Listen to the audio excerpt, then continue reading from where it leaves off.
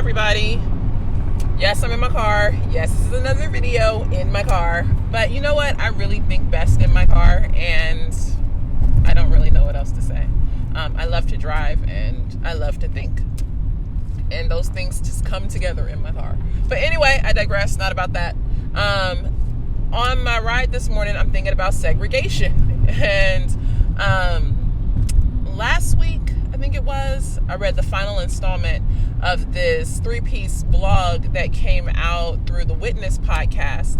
And it was called Get Out, based, I think it's like a play on the movie Get Out that came out a couple years ago. But this blog piece was really focused on Black evangelicals getting out of white evangelical churches and going back to traditional Black church. That we would tithe there, spend our money there.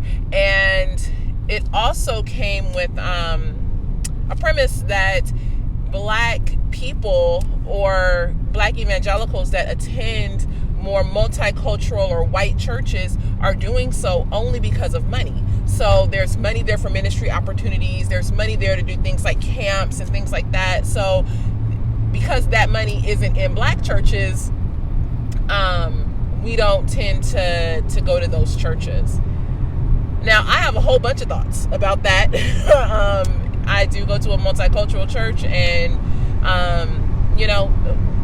my reasons for not going to Black church have nothing to do with money or anything like that. Part of it is location or timing. Sometimes I would like church to start on time. Can we start on time? There's that. We got to sing the hook of a song 17 times before we move on. But that's Black church. And while I love it, it ain't for me every Sunday. But there's that. And so I was thinking about this article and this call for us to get out and go back to our own space. And I was like, wow, that's in the church. And then I started thinking about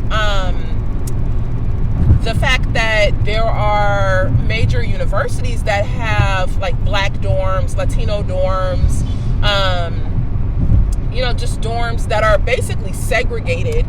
And I was like, wow, we've gone so far. We've come so far from where we used to be. And now it seems like we're going back to the places that our grandparents fought against for comfort or for ease. I'm not really sure what the complete pull is. Some people say it's to feel safe. And I wonder if that's really like the true reason. What is it that's pulling us to segregated spaces? And how long is it going to be before we have segregated spaces in our Christian campuses? A Christian conference late last year, there was a Christian conference, and they had a separate space for people of color. And it was requested that white people didn't enter this space. This was a space for people of color just to really rest from all of the things that white people do. And, I'm sure unbeknownst to them that they do or whatever. And I was like, wow, in John, when Jesus prays that we will be one, that oneness that he's speaking of is oneness of mind. Like that we would really be one in the way that we think about each other, that we wouldn't see each other as us and them, that we wouldn't see the word as this word is for whites and that word is for Blacks, but that we would really be one, like a collegiate one in our thinking and our being and how we do things.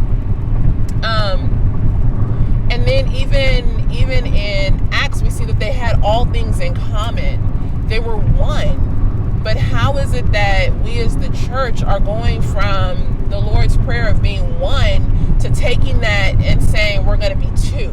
We're going to be the us and the them, the people of color and the whites. Instead of striving to continue to build the oneness that the Lord prayed for, even in hard times, even when you feel offended. Where is the grace to forgive when you've been offended? I don't know. These are my thoughts this morning on segregation and how it seems like, the work that our grandparents or great-grandparents did to work to end things like separate but equal, end separate drinking fountains and things like that. It seems like that's where we're going back to. I want to live in just this space. It breaks my heart, and it really makes me wonder what we're doing.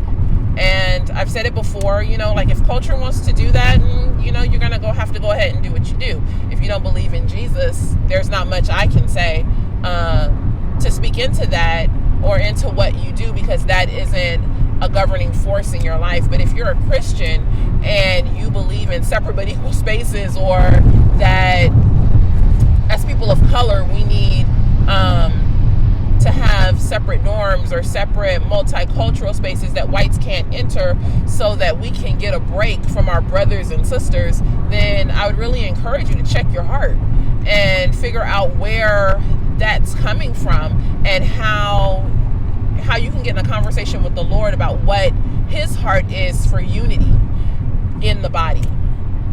So that's it. I'm about to hop off this freeway and get into work, but you guys have a good day. Check out our show this Saturday. My voice just cracked. I don't know what that was. Check out the show this Saturday. We're going to have a pastor on from Texas, and he did an experiment with the app TikTok.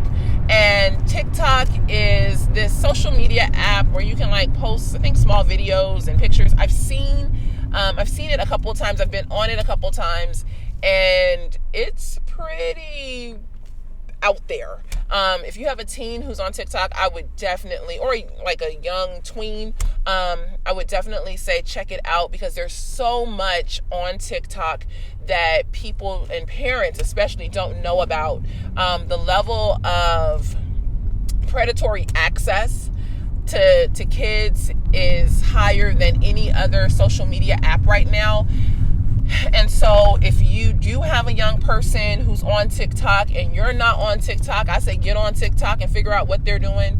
But if you don't know much about TikTok and what kids are on and doing these days, make sure to watch on Saturday night, 6 p.m. Pacific, 9 p.m. Eastern, and really get an understanding of what's going on in social media and how kids are doing these things without any supervision, and how the app also makes it extremely easy for kids to be able to be sneaky and have this access, and also predators to have this access without any supervision or guidance. And if you say, my kid wouldn't do that, I'd say think again.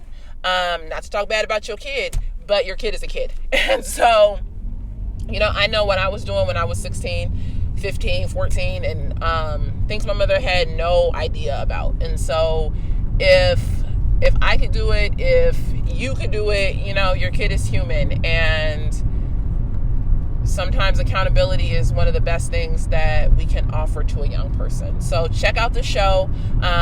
It'll be a good one. Talk to you later. Bye.